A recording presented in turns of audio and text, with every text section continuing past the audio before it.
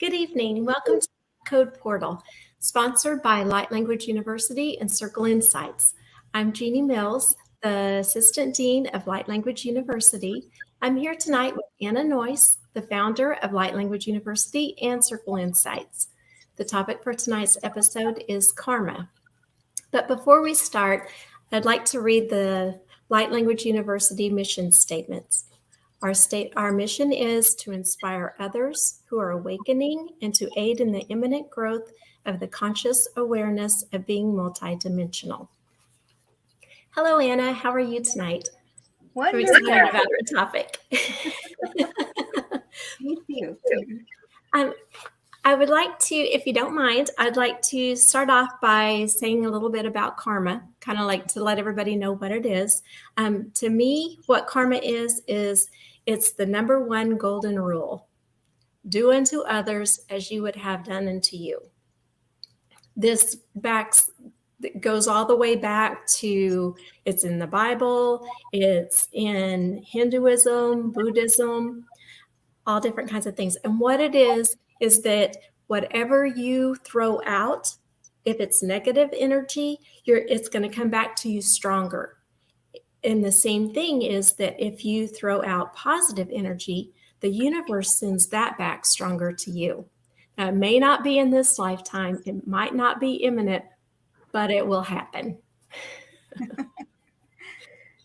It's all about learning. Yes, definitely. I did do a little bit of research, and it said that the one thing that I found was the Hinduism and Buddhism, that they say that the sum of a person's actions in this and previous states of existence viewed as deciding their fate in future existences. So whenever you see that person, you think, how can they do these things and yet all this stuff comes to them? I try to be good and this doesn't happen to me. Well, that's why. So true.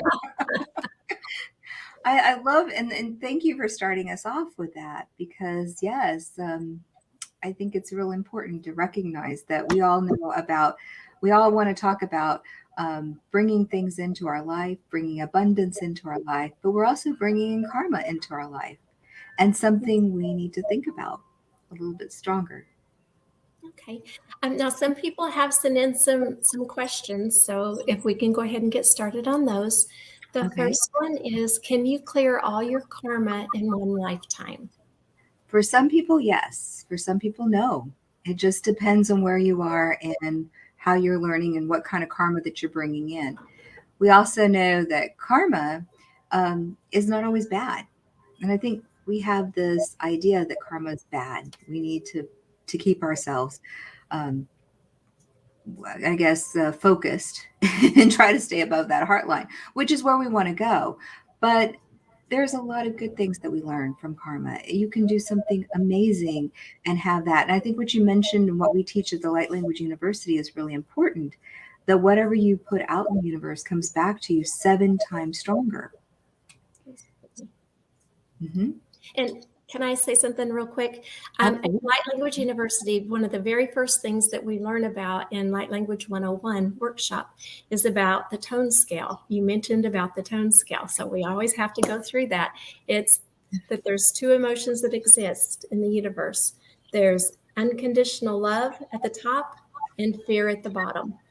And your heart line is the one that's in the middle. So it's kind of up to you if you want to keep your vibrational level up above or below. Absolutely. Yes. So, it's important to know that it just depends on where you are on that heart line. Karma, again, can be good, and it doesn't always have to be bad. So we don't have to look at it as a negative thing. And I think a lot of people do see it as negative. Yeah, because that's what we always say. Oh, karma will get you. But yeah, karma can be good. But we could also say, oh, karma will get you. Yay. Because I've done amazing things, right? Exactly. Um, Sorry. Another question is, why does karma exist? It makes the world interesting. It makes our lives interesting. And there's so much to learn. So without karma, without these lessons coming into our lives, we're not going to have these incredible experiences. And we've come to 3D. We've lowered our frequencies, our vibrations to have that 3D experience. So karma makes it fun. Now, are we going to finish this? I'm going to throw something in because I love that you're going into the light language, some of the teachings, because it's true. What about past, present, future, and parallel lives are all participating in? So if we do something below the heart line, how does that affect the other lifetimes that are happening at this moment when we look at the monad, which we've talked about in other Right, life code portals? Or if we do something positive, how does that affect the other parts of ourselves? Because it's all part of the same spirit. It's all right. one. Yeah, that's good. Makes it interesting, doesn't it? Mhm. Are diseases and emotional disorders linked to karma? Some are and some aren't. Some of them are contract. And I think this is where we kind of blur the lines because we want to put everything compartmentalized in a compartment, right? But really, we're looking at something like, what is it? Contracts, soul contracts, or soul agreements. So we also learn in 101 that sometimes we step into a soul agreement or we create a contract and it doesn't necessarily have to be karma. Or we may create the karma because you really have to look at it. And especially if you're working with a client and you have someone in front of you, you need to look, is it karma? Is this a soul contract? Is this a soul agreement that they've created to have that experience at that moment? Yes, absolutely. Um, and how does light language play a part of karma in our lives? How does light language play a part? Well, because everything that we put out in the world, we attract or we participate in. So it's not just in the physical; it's also in the spiritual. We know our light language is our spiritual essence of us, and so it goes beyond because 30% of our spirit, our soul, is in the physical body. Our soul is in this physical body. The other 70% is hanging outside. So whatever we're participating with, are feeling that cause and effect on those 4 levels of consciousness. Do you remember the 4 levels of consciousness? It all affects. It's not just one thing. Karma is a part of all that we've been talking about. The monad, the soul agreements, the soul contracts, the 4 levels of consciousness, how we participate. All of that plays a part of what we're doing in this lifetime. And I want to bring up one thing. The Hermetic laws is cause and effect. So we study the Hermetic laws in 101. So what we throw out comes back. So that's one of our Hermetic laws that we do learn about. Yes. Can we take on other people's karma? I'm sorry, can we what? Take on other people's karma. Yes. Yes, we can. And we can create more karma if we want. And so this is interesting. When we come into this, and here's another piece of it. We're gonna kind of piece it together. But when you come into the world and you come into a family and you choose your family members and you choose your DNA, you also carry those lines. So a lot of people at this time we're moving from the Piscean age into the Aquarian age, where everybody's stuff is coming out. All of the past, present, future, all of that's kind of merging together and expanding into this. We call it the ascension part because we're always ascending. And what happens is, as we ascend, we start to look at our stuff. Now, some of it is what we've done in this lifetime. Some of it's what we have in other lifetimes. Some of it's what we're participating in other lifetimes that comes up, and we don't even know that that's a part of it. And we also have our ancestors' karma that we're also purging at this time. And as we start to look at it, and if you look at the world right now, it's kind of interesting. Because right a few years after we went into the Aquarian age, we started shifting, and now everybody's stuff is coming out, and everybody's having to look at it. And how we participate and how we look at it is through our emotions. Our emotions are the triggers, but they're also what we gauge everything. So if we can turn the emotions from being the trigger, we can look at the emotion and we can say, I'm angry about this situation. How do I work through it? How do I change what's happening? And how do I learn this lesson? Because if we don't learn that lesson, guess what happens? It continues to grow, or we continue to have more parts of that onion that keeps showing itself. And we're like, really? Again? Well, and we did do a light code portal previously about past lives and karma and about how they interact. And so if you get a chance, go back and look at that. So. It's a good reminder. Yes. Absolutely. Another question, can karma come from other lifetimes? And if it does, why? Which is kind of. We kind of answered that. But yes. And Jeannie, do you want to just recap on that very quickly? Sure, absolutely. Everything that we do, it's basically what we do now sets the precedence of how we are going to be affected in the future lives and in our past lives and in our parallel lives, which you touched on a little bit. It's something that's very difficult to grasp, but come back and watch some of Anna's teachings. She really knows her stuff. She knows what she's talking about. She leads us. It's amazing. She kind of breaks everything down so that we can understand what it is and how it works and all the different aspects. So thank you, Anna. Oh, well, thank you. Does karma shape everything you experience in life? And the answer is yes. Yes, it does. Because we're always learning lessons. And even though it may not be a big lesson, it may be a small lesson that also interacts with what's happening to our life. So it's really important to kind of look at it and gauge where we are. And there's a story that we like to tell in Light Language University about my dad having me sketch the top of the apple, the bottom of the apple, and all the different sides.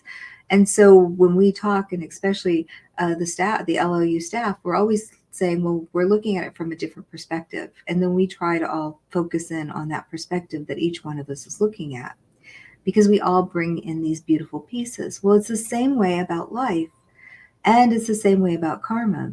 There may be big lessons, there may be small lessons, but all of it kind of works together to create this beautiful experience. Can you change it? Yes, absolutely. You have a choice to change it. The lesson is also something that we create prior to this lifetime. So we're not victims of any of it. We created it. And I also want to say the antagonist in our lives that play out those parts, because it might be a relationship, and we may have the same bad relationship over and over, whether it's a boyfriend, girlfriend, family member, friend, business, however. But what's happening is we've come into that lifetime to learn how to experience that, how to stand and go above that heart line. When you go above the heart line and you hit a certain point, then you walk away from it. It just doesn't affect you anymore. So you just kind of, and once it doesn't affect you, it no longer triggers you. You're done with it, and you move on. Now, does it stop there? No, because no, it doesn't. You'll get more lessons in different parts. Doesn't have to be that lesson. It will be something else. Maybe you master relationships, but you still need to do partnerships in business. So you'll learn that. Or maybe you master business. Well, you'll still have to do something else with friendships. Or so there's so much to learn, even with the earth. even learning about how things around you, because that's all relationship, animals, everything. So we're learning these beautiful parts of how we fit in and how we become unified in that oneness of working together. Thank you. That was really good. Okay, so here's a biggie. Doesn't karma teach people to be callous towards others who are suffering? And then that I'm going to say this one, and Jeannie, this goes again with our apple. So for some people, they may be callous toward others who are suffering because they're coming from that perspective. But there's so many other different ways to look at it. So I guess it just depends on the person's perspective if they're going to be callous or not. And that's a choice. Right. And that also kind of goes into like about how that if what we might judge as a negative experience Yes. may actually be a positive experience for our particular soul. Exactly. Beautifully said. Exactly. And we look at people who have had, um, I know we brought up this before, but I do have a person that I know who has cancer, and they were diagnosed, and 3 months later, it was barely there, and 6 months later, it's completely gone. And we've talked about this in other podcasts. What's interesting is the person always thought of cancer as a lesson, not as a curse, not as bad karma. It was a lesson. And because of that, she was able to release it very quickly. Yeah. And it was really amazing too. Yes. To be able to see it firsthand. It was. It was good. Yes. And we can do that. Yeah. Yeah.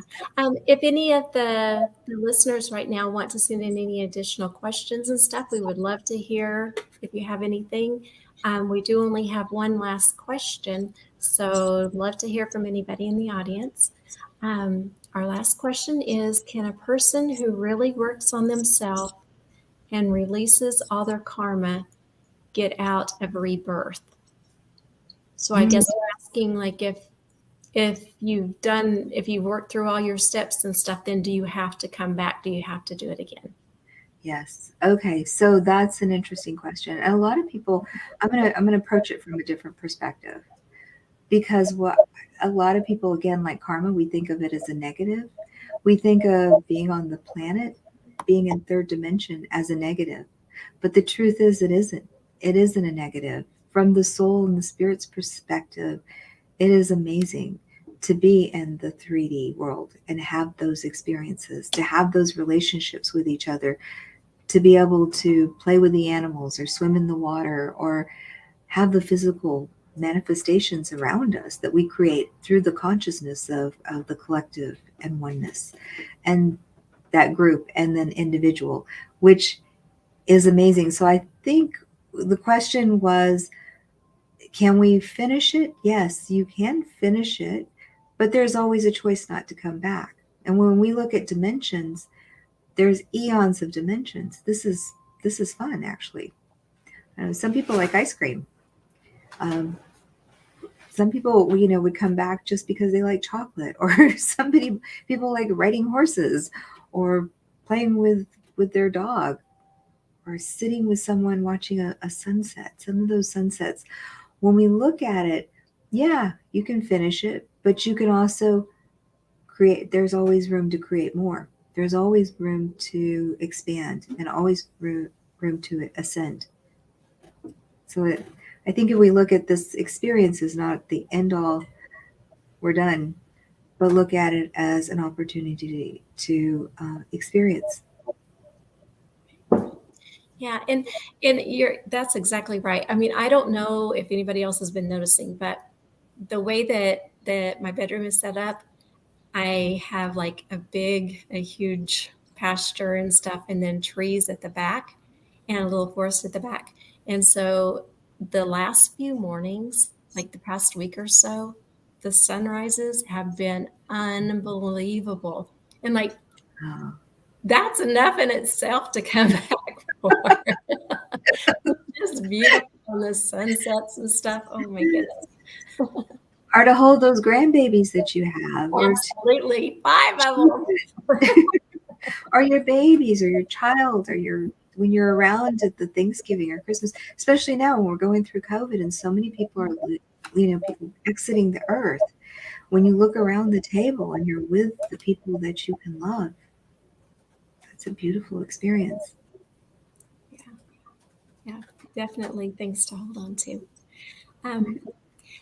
And just, we've got a couple minutes, so I do, if you don't mind, to say about another one of our definitions is for light language is say that again. Light language is the language of the divine blueprint of the soul.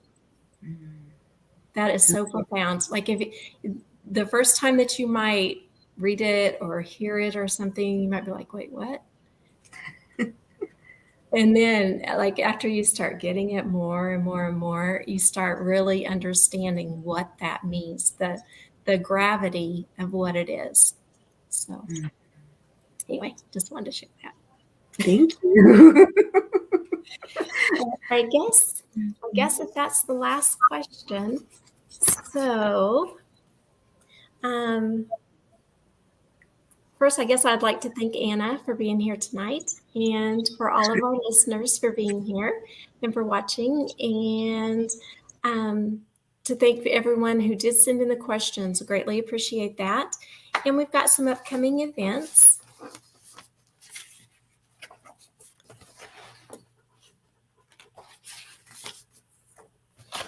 Whoops. Live.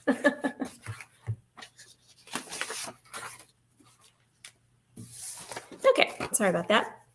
Next Wednesday, January 26th, we have New to All This class. It's from 7 to 8:30. It's only $35. So if you're kind of wanting to check things out, see what it is, it's not just about the university. It's about anything that you might want to have questions about. Then our next Light Code portal is in 2 weeks. That's February 2nd at 7:30, and that's going to be on tricksters. That's going to be a fun one. I'm excited for that. Our weekend workshops that are in February. Light Language University, we do our workshops are on a Saturday and a Sunday from 10 a.m. to 6 p.m. both days. So you get 2 full days. We have one, the February 5th and 6th is on Medical Intuitive. Light Language 101. Medical Intuitive is on February 12th and 13th. And then Light Language 102 is on February 19th and 20th. So that pretty much sums up what everything is that's coming up in February. Of course, more things will be starting in March. And we hope that you'll be joining us for the next Light Code portal. And thank you, and namaste.